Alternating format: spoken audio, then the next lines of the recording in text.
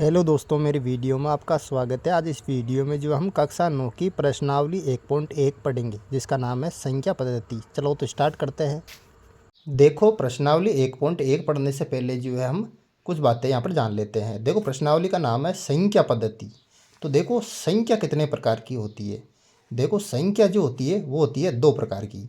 पहली होती है वास्तविक संख्याएँ और दूसरी जो होती है वो होती है काल्पनिक संख्याएँ। तो ये लिख दिया मैंने, वास्तविक संख्याएँ और काल्पनिक संख्याएँ, ये दो प्रकार की जो है संख्याएँ यहाँ पर होती है। अब चलते हैं वास्तविक संख्याएँ। देखो, वास्तविक संख्याएँ भी दो प्रकार की होती है। एक तो होती है परिमेय संख्याएँ और दूसरी जो होती है वो होती है अपरिमेय संख्याएँ। तो ये लिख दी मैंने दोनों यहाँ पर, परिमेय संख्या और अपरिमेय संख्या। ठीक है। अब देखो, काल्पनिक संख्याएँ क्या होती है। देखो, उदाहरण ले लेता हूँ मैं एक इसका। देखो, एक्स स्क्वायर प्लस 3। देखो, इस प्रकार की कोई भी संख्या जो होती है वो होती है काल्पनिक संख्या। देखो, जैसे मैं यहाँ पर एक्स का मान निकाल रहा हूँ, एक्स स्क्वायर प्लस 3 बराबर 0। अब देखो, यहाँ पर जो है मैं एक्स स्क्वायर उतार दूंगा और ये प्लस का 3 जो है उधर जाते हो जाएगा माइनस का 3। ठीक है। अब देखो, एक्स इधर रह जाएगा और स्क्वायर जो है उधर जाएगा तो अंडर रूट में चेंज हो जाएगा, तो अंडर रूट माइनस का 3। तो देखो, यहाँ पर अंडर रूट जो माइनस का 3 आया, ये एक काल्पनिक नंबर आया, यानी कि काल्पनिक संख्या आई मेरे पास। तो ऐसी संख्याओं को बोलते हैं काल्पनिक संख्या। तो ये आपका सिलेबस में नहीं है, तो आप जो है काल्पनिक संख्या जो पढ़ेंगे 11th के बाद। तो देखो, अब वास्तविक संख्याओं में हम पढ़ लेते हैं परिमेय संख्या क्या होती है। देखो, परिमेय संख्या की परिभाषा हम पढ़ लेते हैं। देखो, परिमेय संख्या की परिभाषा क्या होती है। ऐसी संख्याएं जिन्हें p/q के रूप में लिखा जा सकता है और जहां p व q पूर्णांक है और q जो है 0 के बराबर नहीं होना चाहिए, ये जो होती है परिमेय संख्या की परिभाषा। जैसे मैं उदाहरण ले लेता हूँ यहाँ पर 1/2 और एक दूसरा उदाहरण यहाँ पर ले लेता हूँ मैं 5/8। देखो, यहाँ पर 1/2 जो है, सबसे पहले ये देखो कि ये p/q के रूप का है क्या। देखो, 1/2 यानी कि p/q के रूप का है ये। और ऊपर देखो, p का मान जो 1 है वो जो है पूर्णांक है, ध्यान रख लेना। और नीचे जो हर है q, वो जो है यहाँ पर पूर्णांक है और 0 के बराबर भी नहीं है। इसका मतलब क्या हुआ, 1/2 क्या है यहाँ पर परिमेय संख्या है। अब दूसरे देखो, 5/8 भी p/q के रूप की है, तो ये भी क्या हो जाएगी, परिमेय संख्या हो जाएगी। अब देखो, दूसरी है अपरिमेय संख्या। देखो, अपरिमेय संख्या की परिभाषा क्या होती है। देखो, ऐसी संख्याएं जिन्हें p/q के रूप में नहीं लिखा जा सकता है और जहां p व q क्या है, पूर्णांक है और q जो है 0 के बराबर नहीं होने चाहिए, ये कहलाती है अपरिमेय संख्या। देखो, इसका भी उदाहरण ले लेता हूं मैं यहाँ पर, √2, √3 और √15। इस प्रकार की संख्या क्या कहलाएगी, अपरिमेय संख्या यहाँ पर कहलाती है। देखो, ये जो है सामान्य से जानकारी इस प्रश्नावली को पढ़ने के लिए आपको जो है होनी चाहिए। अब देखो, आगे कुछ पढ़ लेते हैं हम यहाँ पर पूर्णांकों के बारे में। देखो, पूर्णांक क्या होते हैं। देखो दोस्तों, पूर्णांक जो होते हैं वो 0 से स्टार्ट होकर धनात्मक के अंदर अनंत तक चलते हैं और ऋणात्मक के अंदर भी अनंत तक चलते हैं। तो देखो, यहाँ पर 0 से स्टार्ट हो रहे और 1 2 3 4 5 और धनात्मक के अंदर अनंत पर जाकर यहाँ पर समाप्त होंगे। ठीक है। और इधर जो है माइनस के अंदर भी ये -1 -2 -3 -4 -5 और अनंत तक ये जो है चलते हैं। यानी कि पूर्णांक जो होते हैं 0 से स्टार्ट होते हैं, धनात्मक और ऋणात्मक दोनों के अंदर जो है अनंत तक चलते हैं। ये सारी संख्याएं क्या कहलाएगी, यहाँ पर पूर्णांक कहलाएगी। अब देखो, पूर्णांकों के अंदर देखो, प्लस के अंदर यानी कि धनात्मक के अंदर 1 से शुरू होकर अनंत तक ये सारी संख्याएं क्या कहलाएगी, प्राकृत संख्याएं कहलाएगी। दोस्तों, इनको नेचुरल नंबर भी बोलते हैं। यानी कि 1 2 3 यानी कि सबसे छोटी जो प्राकृत संख्या होती है वो होती है 1, और 1 से स्टार्ट होकर अनंत तक ये सारी प्राकृत संख्याएं कहलाएगी। अब आती है पूर्ण संख्याएं। देखो दोस्तों, पूर्ण संख्याएं जो होती है वो 0 और प्राकृत संख्याओं का संग्रह होता है। यानी कि सबसे छोटी प्राकृत संख्या होती है 1, लेकिन सबसे छोटी पूर्ण संख्या जो होती है वो होती है 0। यानी कि पूर्ण संख्या 0 से स्टार्ट होती है और धनात्मक के अंदर अनंत तक चलती है, ये कहलाती है पूर्ण संख्याएं। तो आपको जो है पूर्णांकों के बारे में, पूर्ण संख्याओं के बारे में, प्राकृत संख्याओं के बारे में, परिमेय संख्याओं के बारे में और अपरिमेय संख्याओं के बारे में सारी जानकारी यहाँ पर होनी चाहिए। अब चलते हैं प्रश्नावली की ओर। देखो, प्रश्न नंबर 1, क्या शून्य एक परिमेय संख्या है। क्या इसे आप P बटा Q के रूप में लिख सकते हैं, जहाँ P और Q पूर्णांक है और Q 0 के बराबर नहीं है। देखो मैं ले रहा हूँ यहाँ पर 0। आपको बताना है कि ये 0 क्या एक परिमेय संख्या है। तो देखो मैं 0 के बटे हुए के अंदर ले रहा हूँ यहाँ पर 1। आप कुछ भी ले सकते हो, 1 2 3 4 5 कुछ भी ले सकते हो। 0 बटा 1 का मतलब 0 ही होता है, ठीक है। अब देखो यहाँ पर देखो परिमेय संख्या होने की पहली शर्त क्या कहती है कि कोई भी संख्या हो P बटा Q के रूप में होनी चाहिए। तो देखो यहाँ पर 0 बटा 1 जो है ये P बटा Q के रूप का है, ठीक है। और क्या होना चाहिए, P और Q पूर्णांक होना चाहिए। देखो यहाँ पर P का मान 0 है, ये भी एक पूर्णांक है, और Q नीचे जो दे रखा है 1, ये भी एक पूर्णांक है, यानी कि P और Q दोनों यहाँ पर पूर्णांक है।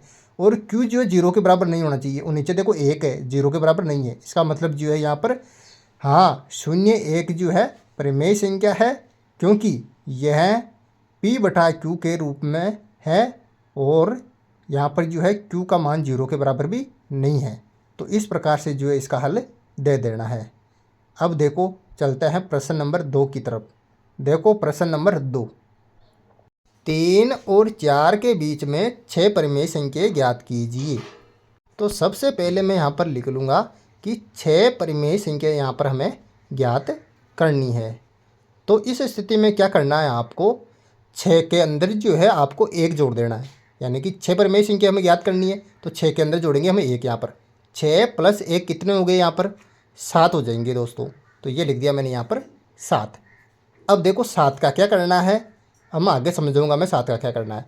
तो मैं लिखूंगा यहाँ पर तब आपको क्या करना है, 3 देर का एक तो, और ये क्या देर का है 4। तो यहाँ लिख दूंगा मैं 4।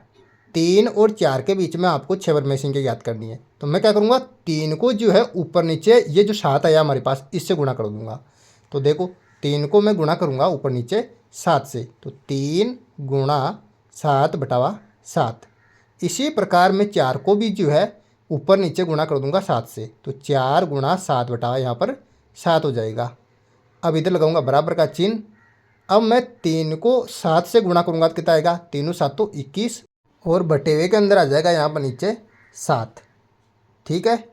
और इधर गुणा करूँगा मैं 4 को 7 से गुणा करूँगा, तो देखो 4 को मैं 7 से गुणा करूँगा तो 7 जो कितने होते हैं 28, और बटे हुए के अंदर आ जाएगा 7 यहाँ पर नीचे। अब जो देखो आप आसानी से 21 बटा 7 और 28 बटा 7 के बीच में 6 परिमेय संख्या ज्ञात कर लो। देखो 3 और 4 के बीच में 6 परिमेय संख्या कौन सी होगी, वही संख्या होगी जो 21 बटा 7 और 28 बटा 7 के बीच में आ रही है। कौन सी आ रही है, देखो 21 बटा 7 है, अब आएगी इसके बाद 22 बटा 7, ये लिख दिया मैंने 22 बटा 7 यहाँ पर। 22 बटा 7 के बाद में आएगी 23 बटा 7, तो ये लिख दिया मैंने 23 बटा 7। 23 के बाद में आएगी 24 बटा 7, तो ये लिख दिया 24 बटा 7। 24 के बाद में आएगी 25 बटा 7, तो ये लिख दी 25 बटा 7। 25 के बाद में आएगी यहाँ पर जो है 26 बटा 7, तो ये लिख दी मैंने यहाँ पर 26 बटा 7। और 26 के बाद में आएगी 27 बटा 7, तो ये लिख दी मैंने 27 बटा 7 यहाँ पर। तो ये हो गई 6 परिमेय संख्या जो 3 और 4 के बीच में यहाँ पर आएगी। इस प्रकार से हल कर लेना है। अब देखो प्रश्न नंबर 3, 3 बटा 5 और 4 बटा 5 के बीच 5 परिमेय संख्याएं ज्ञात कीजिए। देखो यहाँ पर हमें जो है 5 परिमेय संख्याएं जो है ज्ञात करनी है। तो मैं क्या करूँगा, यहाँ पर 5 में जोड़ूंगा 1, यहाँ पर 5 + 1 कितने हो जाएंगे, 5 में 1 जोड़ा तो मेरे पास आ जाएंगे यहाँ पर 6 दोस्तों। तो ये लिख दिया मैंने यहाँ पर 6।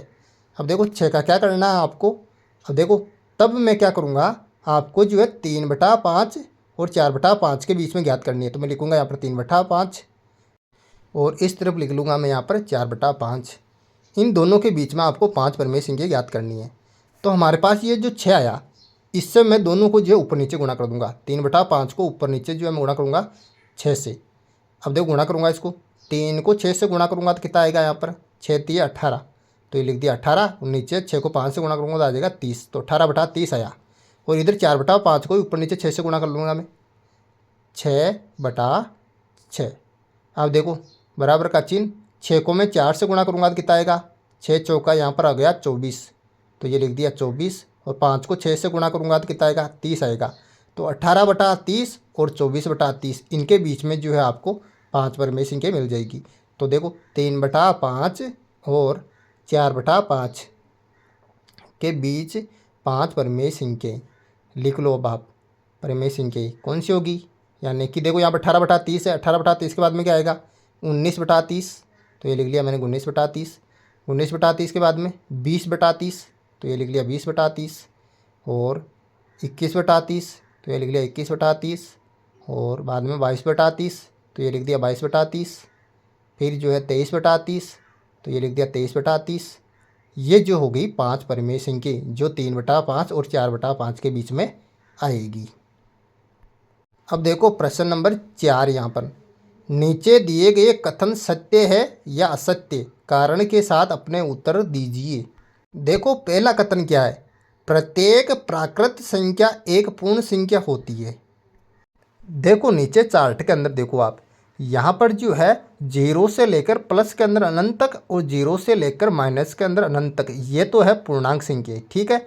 अब देखो प्राकृत संख्या कहाँ से कहाँ तक होती है, प्राकृत संख्या होती है प्लस के अंदर 1 से लेकर अनंत तक, ठीक है। और पूर्ण संख्या क्या होती है, पूर्ण संख्या होती है प्राकृत संख्या और 0 का संग्रह होता है, यानी कि पूर्ण संख्याओं के अंदर सारी की सारी प्राकृत संख्या शामिल की जाती है और 0 भी शामिल किया जाता है। इसका मतलब जो है सत्य है यह कथन, क्योंकि प्रत्येक प्राकृत संख्या एक पूर्ण संख्या होती है। तो लिख दूंगा मैं सत्य है, क्योंकि पूर्ण संख्याओं के संग्रह में सभी प्राकृत संख्याएं होती है। ये देखो चार्ट में मैंने दर्शा रखा है।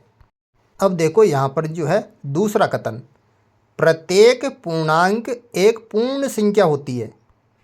देखो पूर्णांक जो होते हैं वो 0 से स्टार्ट होकर प्लस के अंदर और माइनस के अंदर अनंत तक चलते हैं, ठीक है। लेकिन जो पूर्ण संख्या होती है वो तो 0 से स्टार्ट होती है और प्लस में अनंत तक चलती है। इसका मतलब ये हुआ कि पूर्ण संख्याओं के अंदर माइनस वाली कोई भी संख्या शामिल नहीं होती है, ठीक है।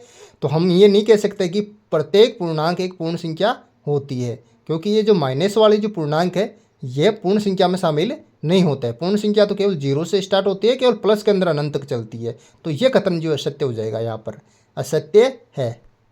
उदाहरण के लिए आप कोई भी बता दो, कोई भी संख्या, या माइनस की 2 बता देता हूँ मैं, यानी कि उदाहरण के लिए -2 एक पूर्ण संख्या नहीं है यहाँ पर। अब देखो तीसरा कथन क्या है, प्रत्येक परिमेय संख्या एक पूर्ण संख्या होती है। देखो परिमेय संख्या क्या होती है, देखो वीडियो के प्रारंभ में मैंने आपको बताया कि परिमेय संख्याओं को P/Q के रूप में लिखा जा सकता है, और जहाँ पर P और Q दोनों क्या हो, पूर्णांक हो, और Q जो है 0 के बराबर नहीं होना चाहिए। तो देखो कोई भी परिमेय संख्या मैं ले रहा हूँ 1/2, तो देखो इस चार्ट के अंदर देखो पूर्ण संख्या कहाँ से स्टार्ट हो रही है, 0 से स्टार्ट हो रही है और अनंत तक चलेगी। देखो पूर्ण संख्याओं में कहीं पर भी 1/2 है क्या, यहाँ पर देखो 0, 1, 2, 3, 4, 5, 6, कहीं पर भी जो है 1/2 नहीं आ रहा है। इसका मतलब ये हुआ कि कोई भी मतलब प्रत्येक परिमेय संख्या को हम पूर्ण संख्या नहीं होती। तो इस प्रकार से ये कथन जो है असत्य यहाँ पर हो जाएगा। तो मैं लिख दूंगा ये कथन जो है यहाँ पर असत्य है। और क्यों असत्य है आपको जो है उदाहरण दे देना है। एक उदाहरण के लिए जो है 1/2 जो है यहाँ पर परिमेय संख्या है, लेकिन जो है पूर्ण संख्या नहीं है। तो मैंने लिख दिया उदाहरण के लिए 1/2 परिमेय संख्या है लेकिन पूर्ण संख्या नहीं है। इस प्रकार से प्रश्नावली 1.1 आपको कंप्लीट कर लेनी है। Very simple.